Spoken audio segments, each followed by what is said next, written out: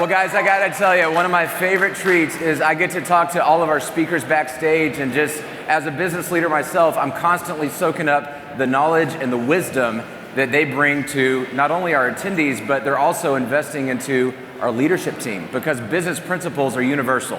They're all over the place. And so as leaders, we're always growing, we're always striving to learn more. And I've had really a privilege of getting to know the guy that I'm about to introduce to you guys and learn a lot from him about how to do marketing in a digital way. And he's impacted the EntreLeadership team in the way that we approach things for several years now. So it's my honor to introduce Ryan Deiss, co-founder and CEO of Digital Marketer. Ryan, thanks for being here today. Thank you so much for having me. It's a pleasure to finally be out here. I've been sending our team, for years. I appreciate you not scheduling it on my anniversary this year. Well, we got your anniversary schedule, and we scheduled the entire event around that just so that you could be here. I know, I appreciate that. So tell us, you did a breakout for a lot of people last night talking about this idea of digital marketing. That's a big catch-all phrase that I think gets thrown around a lot. So from the expert, what does that really mean when we say digital marketing? I mean, when most people say digital marketing, they're obviously thinking about marketing through digital channels like Facebook and Google, email, but really all business today is digital, right? What isn't digital? When I first started doing this, it was mostly people who wanted to start an online business. Now, you could be, where you deliver your product or service doesn't mean that that digital marketing still doesn't influence you. Okay. I mean, if you're a plumber, your customers, your clients are still going to find you through digital channels. So the idea is everybody's online looking for who they're going to interact with, who they're going to do business with. So if you're not online, if you don't have an online presence, it's not just social media and Facebook, but it's the idea of being accessible to where people are trying to find you. Is that it? You've always had, all of marketing has been about intersecting your audience with the right message in the right time. That's what marketing has always been.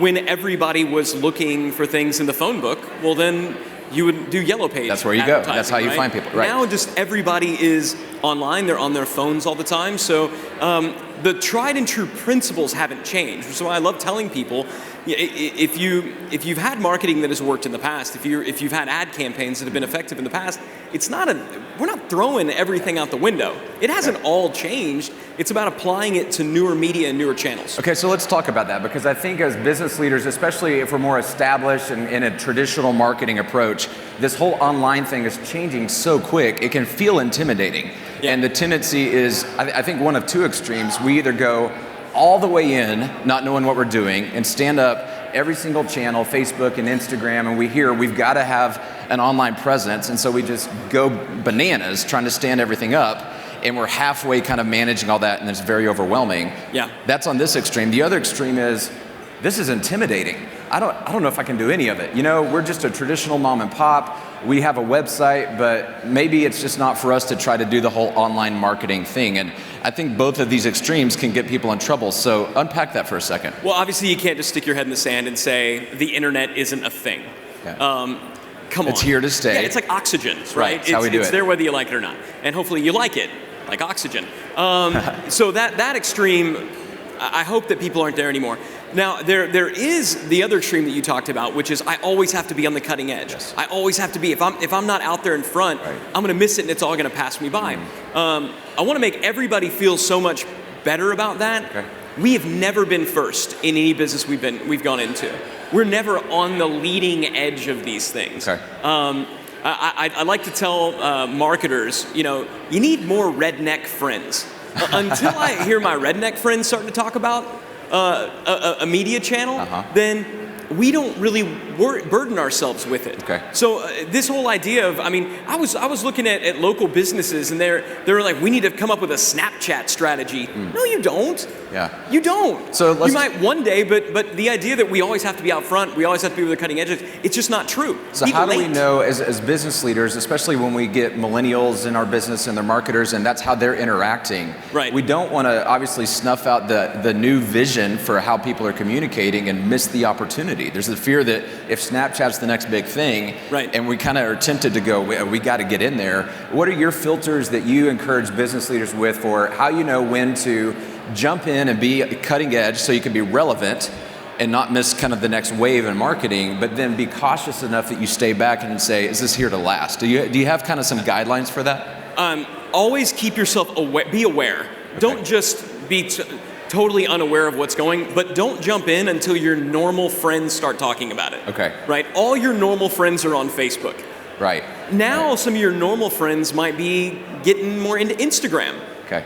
My normal friends, so my non-marketing, non-weirdo friends, weirdos like me and you. Yeah, right. Am I one of your weirdo friends? Yeah, or yeah, okay, you're definitely I'm a glad weirdo I'm in friend. that category. Yeah. So we get in on this stuff because we geek out on it, and that's our jobs. Right. But when your normal friends or the grandparents, when they're starting to discover it, that's when you go in. Yeah. But there are very few. This idea of a first mover advantage in a new platform is so astoundingly overstated. Okay. It doesn't. We were late in Facebook. We were late on Instagram. We still don't do squat on Snapchat. Okay. And that's intentional because you can't do it all. Okay. If you spread yourself that thin, you're going to wind up doing everything really poorly. You got to pick one area and go deep. And where that still is for 9 out of 9 businesses is Facebook and email. Yeah. Right. Go deep on Facebook for acquisition. Go deep on Facebook for retargeting ads. Go deep on email. Get really good at communicating with your list via email. And those have been around for 10 years now. Okay. So let me hear the principle I'm hearing in this, and correct me if this is different than what you're saying, but when it comes to social media, it's better to do it slower and do it right than to do it fast and do it everywhere. Absolutely. Is that accurate? That's absolutely accurate. Okay. So when you're thinking about this idea as a business leader, we're always going, how do we delegate? Because we know our time is our biggest asset. So first thing that comes to my mind when I think about marketing is, hey, get some marketers in here and let them do the marketing, and get sales team in here and let them do sales, and we got admin things, and as the leader, I've got to kind of check in with these different players, but let them be the expert. But oftentimes in small business, we've seen where this is actually kind of backfired for business owners, where they just hire somebody out of school and say, okay, you're young, you seem relevant, you be our marketer, go get them. Right? And they just give them all the rope, and it's enough that they end up kind of hanging themselves, and it doesn't actually help that business do anything towards a bigger objective. So how much as a business leader do you stay plugged into the actual marketing campaigns and strategies versus going, I need somebody smarter than me, I'm just going to let them run with it? How do you balance that? Yeah, I mean, it's the difference between outsourcing and abdication. Okay. Right? And I think where a lot of businesses go to is because they don't like something, they don't understand it, they fully abdicate it, and they're like, not it, right. Hot potato, yep. and then they pre-absolve themselves of any guilt of a failure that's almost certain to occur. So as a business leader, you need to lead all aspects of the business, even the areas that you don't completely understand. So I do believe that you need to educate yourself enough to where you can at least spell SEO, right? You don't have to know how to do it, but you should generally understand how does Facebook work. And that can come, we wrote a book, I mean, I'll shamelessly plug the book, but Digital Marketing for Dummies. Yeah, it's a great book, that. I've read it. Read Digital Marketing for Dummies.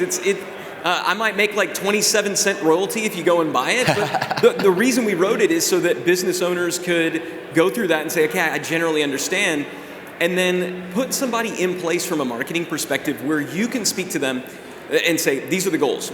This is what we want to accomplish. Now, tell me, what is the plan for how we're going to get there? What's the framework that you're going to adopt that's going to take us from allow us to acquire leads from scratch and nurture. So you've got a structure. You're still holding them accountable. They're doing the horsepower, but you're plugged in. You know what the campaigns are about. If the person that you're bringing on can't say, okay, these are the stages. This is whether it's a funnel or a journey, however you're looking at it. If that person can't bring a framework and say these are going to be the stages that we deploy in our marketing plan. If they can't show you that plan, they should be the ones that come up with it.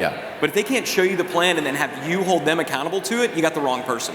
This is fantastic wisdom from Ryan Deiss. And guys, if you haven't read Ryan's book, The Invisible Selling Machine, it was a game changer for the entire EntreLeadership marketing team. We love it. It's fantastic material. And I've been privileged to call Ryan a friend for several years now. You guys, if you're really looking for a strategy for your digital marketing, check out Ryan Deiss, digitalmarketer.com.